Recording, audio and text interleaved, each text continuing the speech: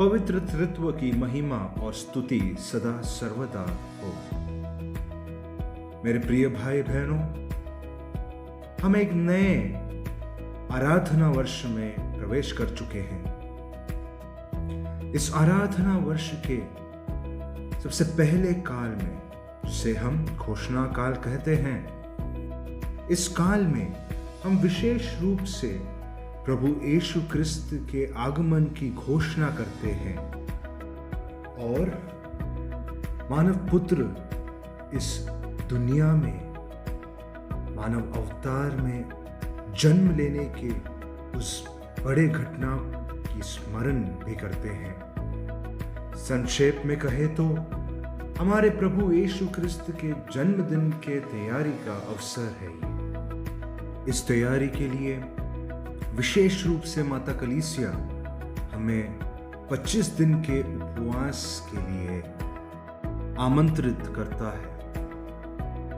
अंतोकियन रीति रिवाज के अनुसार एक आध्यात्मिक जीवन का महत्वपूर्ण भाग है, या फिर हम कह सकते हैं कि नींव है उपवास, प्रार्थना और दान धर्म। इसलिए अपने अंतोकियन परंपरा में हम उपवास को इतना महत्व देते हैं और जोर देते हैं। इसी के पश्चात कलीसिया हमें हमारे प्रभु यीशु क्रिस्त के जन्म की तैयारी के लिए 25 दिन की उपवास के लिए आमंत्रित करते हैं।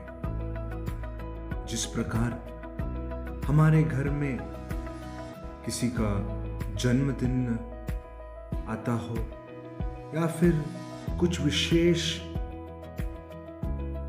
कार्यक्रम हो या फिर कुछ उत्सव हो, तो हम कैसे हमारे घर को साफ करते हैं, सजाते हैं, नए नए कपड़े लेते हैं, बढ़िया खाना बनाते हैं, आस पड़ोस के लोग को आमंत्रित करते हैं।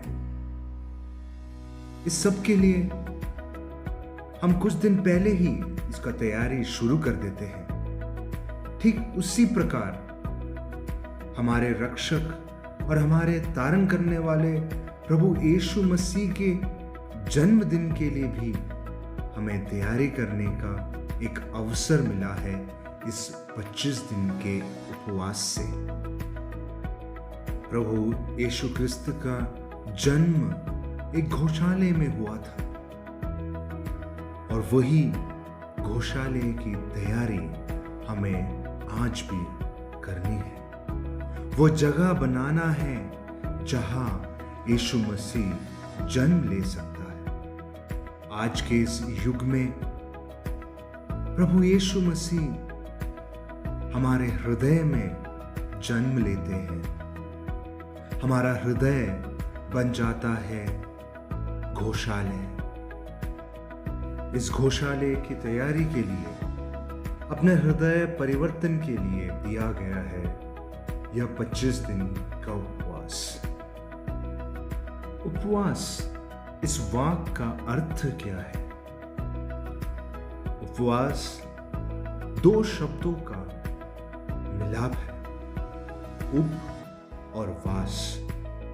उप का अर्थ पास और वास का अर्थ निवास करना। सो उपवास का अर्थ होता है पास निवास करना। सो प्रश्न हमारे सामने यह आता है कि किसके पास निवास करना है या किसके साथ निवास करना है। इसका एक ही अर्थ है, प्रभु यीशु क्रिस्त के साथ निवास करना, यीशु क्रिस्त के साथ रहना। यह है उपवास का अर्थ। यही 12 शिष्यों ने भी किया था। प्रभु यीशु के साथ निवास किए, प्रभु यीशु के साथ वह रहे और प्रभु यीशु के वचन को उन्होंने सुना और उनके जीवन में लागू किया। हमें पता है, जब हम किसी व्यक्ति के साथ बहुत समय बिताते हैं तो उनका बहुत बड़ा प्रभाव पड़ता है हम पर। इस प्रभाव का नतीजा होता है कि हम उनकी नकल उतारने लग जाते हैं। उनकी तरह बोलना, उनकी तरह चलना, उनकी तरह काम करना, सभी में उनका एक बहुत बड़ा प्रभाव होता है। इसका उत्तम उदाहरण है बच्चे जो सबसे ज्यादा वक्त अपने माता पिता, अपने परिवार के साथ बिताते हैं। तो हम उन्हें देखते हैं कि उनके बचपन में वह अपने माता पिता का नकल उतारते हैं। उनकी तरह बोलना, उनकी तरह चलना, उनकी तरह काम करना, सभी में माता पिता का एक इन्फ्लुएंस, एक प्रभाव बच्चे पे हमेशा होता है।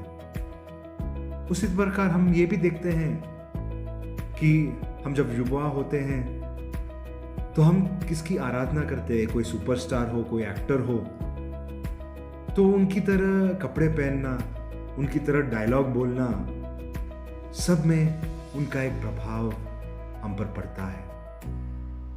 तो जितना हम एक व्यक्ति के साथ समय बिताते हैं, ठीक उनकी तरह ही हम सोचना भी, बोलना भी और करना भी चालू कर देते हैं। ठीक इसी प्रकार जब हम प्रभु यीशु क्रिस्त के साथ ज्यादा समय बिताना चालू करेंगे, तब हम उनकी तरह सोचने लगेंगे, उनकी तरह बोलने लगेंगे, उनकी तरह काम करने लगेंगे, उनके बताए हुए वचनों पर चलने लगेंगे।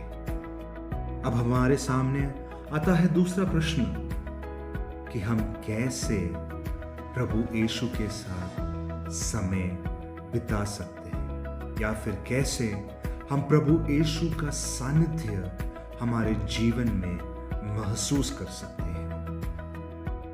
अनेक मार्ग हैं जिससे हम प्रभु यीशु के साथ रह सकते हैं, प्रभु यीशु का सानिध्य हम महसूस कर सकते हैं। आज मैं आपको 2 मार्ग बताना चाहता हूं। पहला, प्रभु का वचन, पवित्र बाइबल के द्वारा हम प्रभु यीशु के सानिध्य को महसूस कर सकते हैं।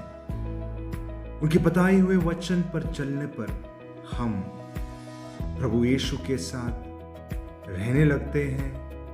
इसलिए इस 25 दिन के उपवास में पवित्र बाइबल पढ़ने की एक परिश्रम करें। इस वचन पर मनन करने की एक परिश्रम करें हम, जिससे हम प्रभु यीशु के साथ निवास कर पाए। दूसरा मार्ग है पवित्र संस्कार, जिसे हम इंग्लिश में कहते हैं सैक्रामेंट्स।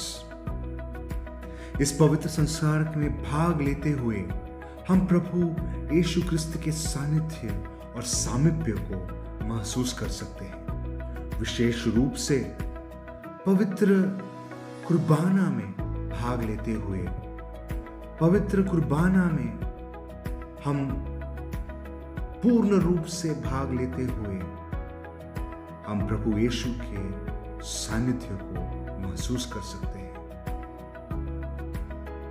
पवित्र शरीर और पवित्र रक्त स्वीकार करने पर हम प्रभु यीशु क्रिस्त को हमारे जीवन में स्वीकार कर रहे हैं, हमारे हृदय में स्वीकार कर रहे हैं। ठीक उसी प्रकार पाप संस्कार में हम जब भाग लेते हैं, हमारे हृदय का शुद्धिकरण होने का एक अवसर है।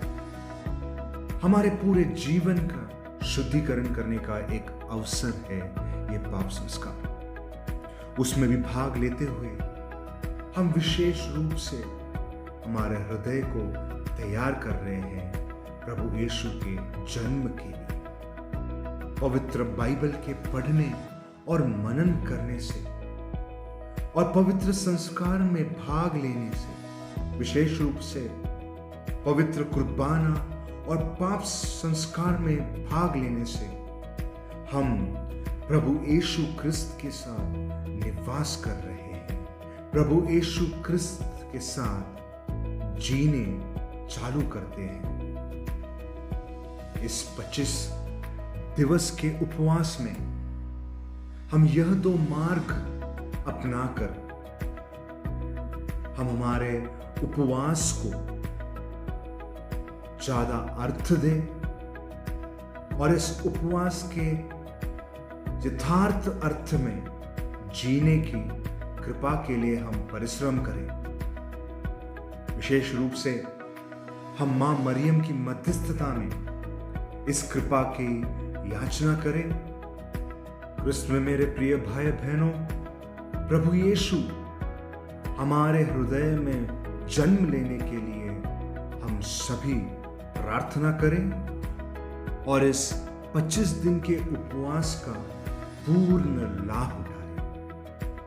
प्रभु हम सबको आशीर्वाद दे। पिता, पुत्र और पवित्र आत्मा के नाम पर आमीन।